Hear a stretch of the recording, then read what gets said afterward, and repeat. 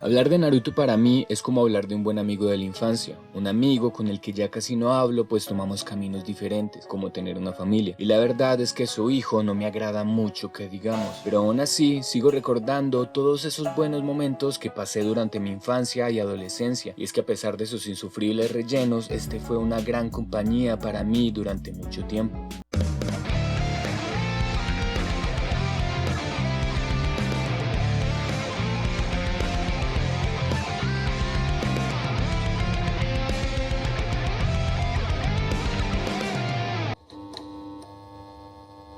Debo de admitir que de los tres grandes, para mí Naruto es el que mejor inicio tiene, ya que a diferencia de Bleach o de One Piece, este no tiene el inicio que se veía mucho en los 90 y principios del 2000, o que incluso hoy en día seguimos viendo. Una estructura que se basa en tener cierta cantidad de episodios donde conocemos a cada uno de los personajes que acompañarán al protagonista, al igual que capítulos donde se empiezan a introducir conceptos que pueden estar relacionados a los sistemas de poder o al mundo en el que se desarrolla la historia, cosa que no está mal, pero desde mi perspectiva, si esto no se sabe manejar, puede llegar a afectar el inicio de una historia, teniendo un ritmo un tanto lento.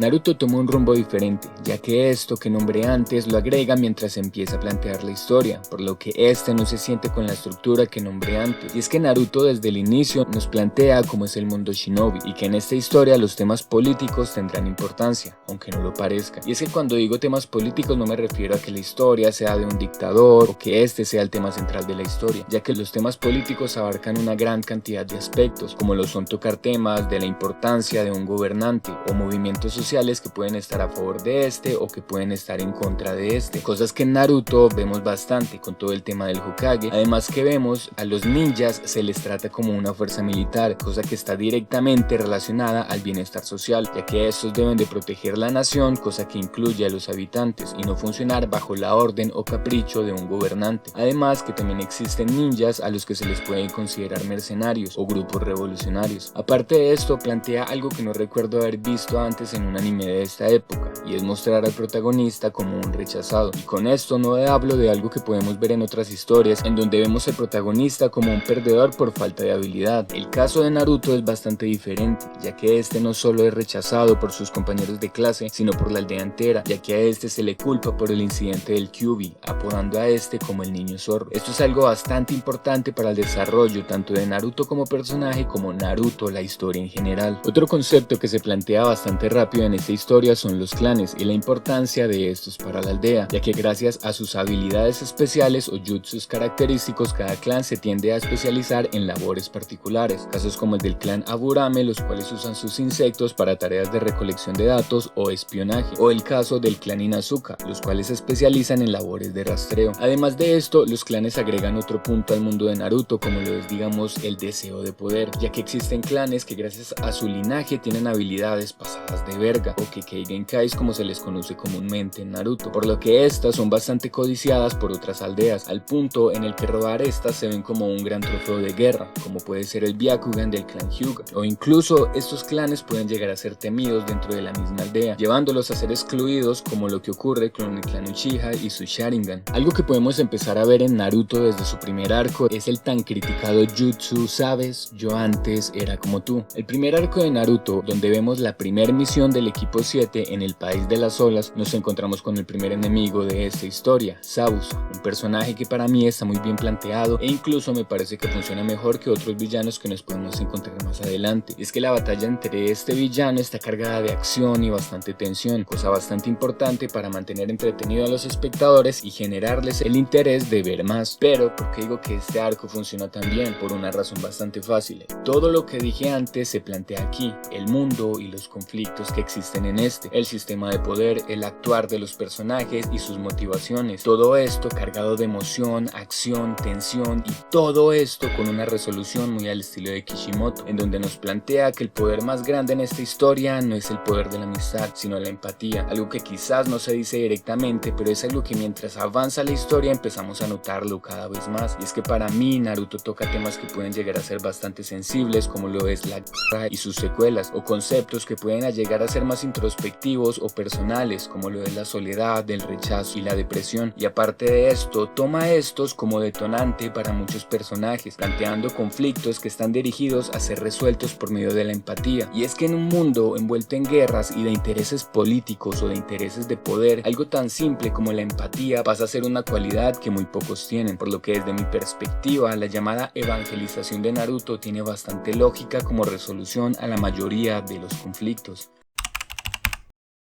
Para mí, este es uno de los mejores momentos de la historia, ya que se empieza a desarrollar la mayoría de conceptos que vimos en el inicio.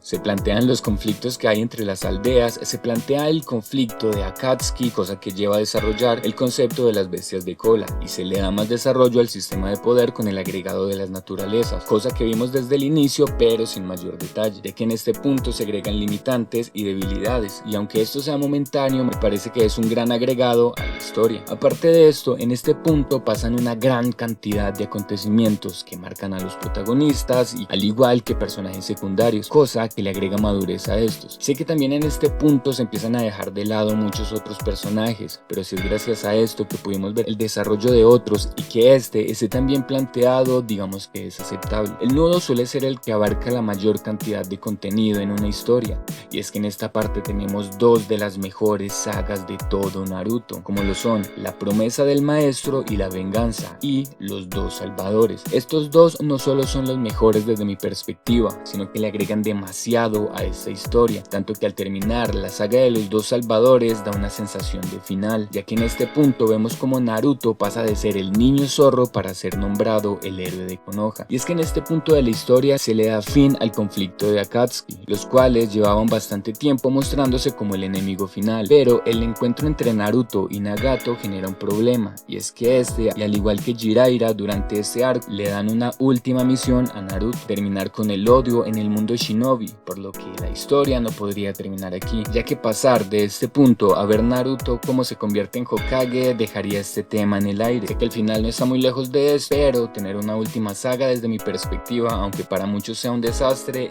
ayuda en este aspecto.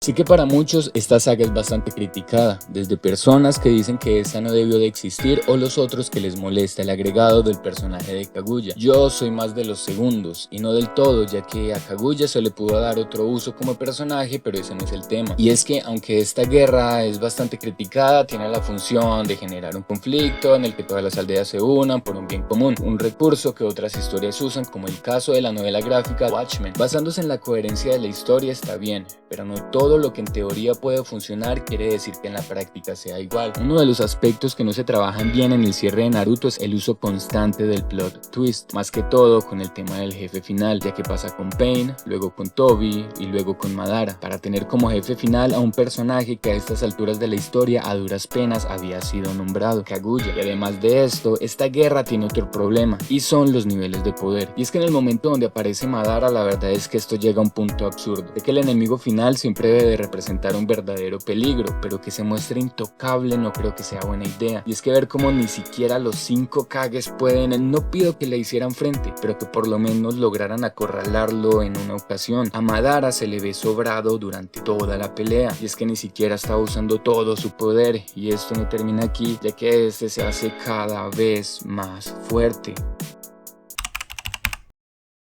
Creo que en general Naruto funciona muy bien, ya que tiene bastante coherencia en la mayor parte de su historia. Dejando de lado su estructura o una parte más técnica, por decirlo así, creo que la magia de este radica en mayor parte gracias a tener una gran cantidad de personajes y que estos estén tan bien desarrollados. Y es que en Naruto, como decía antes, los niveles de poder llegan a un punto absurdo, por lo que la mayoría de personajes dejan de ser relevantes en las batallas. Pero esto no quiere decir que ya no le aporten a la historia, como si pasa en muchas otras historias. Creo que el mejor ejemplo de esto es Iruka, y es que seamos sinceros, este perdió bastante importancia en la historia, ya que este se queda muy por debajo de los estándares de personajes en cuestión de poder. Este no proviene de un clan con algún jutsu característico o Kekkei Genkai. Este personaje se queda como un maestro de la academia, cosa que sabe hacer muy bien. Y es que Iruka haya sido la primera persona en reconocer el valor de Naruto llevó a este a ser el héroe de Konoha, y esto lo vemos en el episodio 275 de Naruto Shippuden, donde vemos vemos a Iruka cuestionarse por ser débil y no poder proteger a Naruto, para luego ver que Killer V le dice: Naruto guarda en su corazón todo lo que ha recibido de ti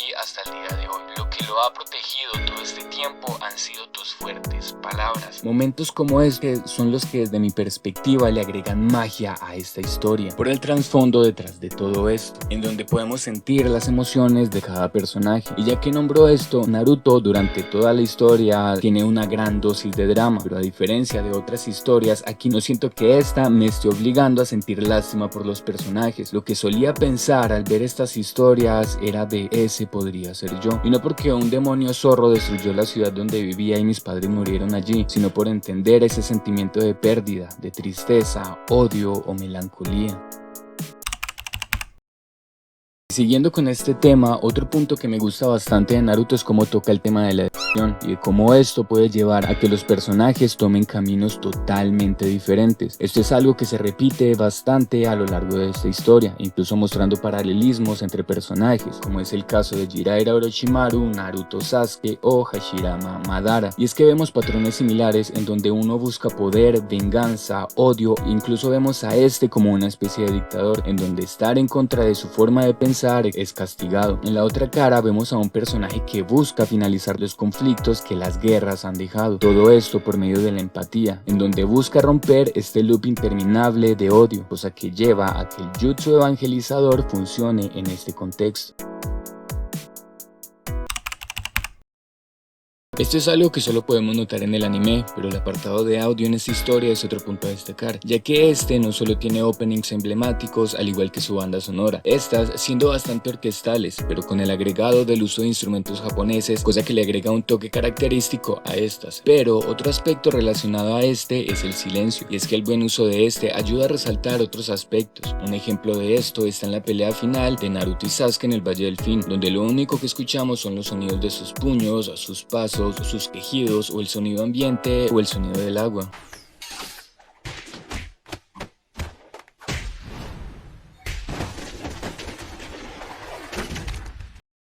Naruto tiene muchísimos temas más de los que se pueden hablar, o incluso muchos de los puntos que nombré en este video se podrían desarrollar más a fondo, pero la idea de este es resaltar ciertas características de esta historia, sin hacer mucho spoiler, y que quizás este sirva para alguien que no ha visto Naruto y le pueda generar interés por ver esta historia. Sé que Naruto no es perfecto, pero negar que este tiene su propia magia y que esto fue lo que lo hizo tan grande no estaría bien. Los personajes y sus emociones, su estilo tan característico, cosa que nos lleva a identificar sus personajes fácilmente, su forma de contarnos su historia, en donde no solo importa el quién tiene más poder, sino que tiene en cuenta otros aspectos, dándole mayor profundidad a esta historia, haciendo que esta no quedara en el olvido como otro anime o manga del montón. Además de esto, en mi caso, Naruto es uno de mis animes y mangas favoritos. Como dije, este me acompañó durante mucho tiempo de mi infancia. Recuerdo cada fin de semana ir a comprar mis DVDs piratas y que este fuera mi mayor distracción, ayudándome a escapar de los problemas que un chico de 10 o 12 años podía tener, al igual que acompañarme cuando me llegué a sentir solo, sacándome una sonrisa al igual que lágrimas. No siendo más, soy Elric y recuerden que solo soy alguien más dando su opinión en la internet. Gracias por ver. Antes de irme, feliz inicio de año y en el próximo episodio veremos Los Tres Grandes, capítulo 2, simplemente One Piece.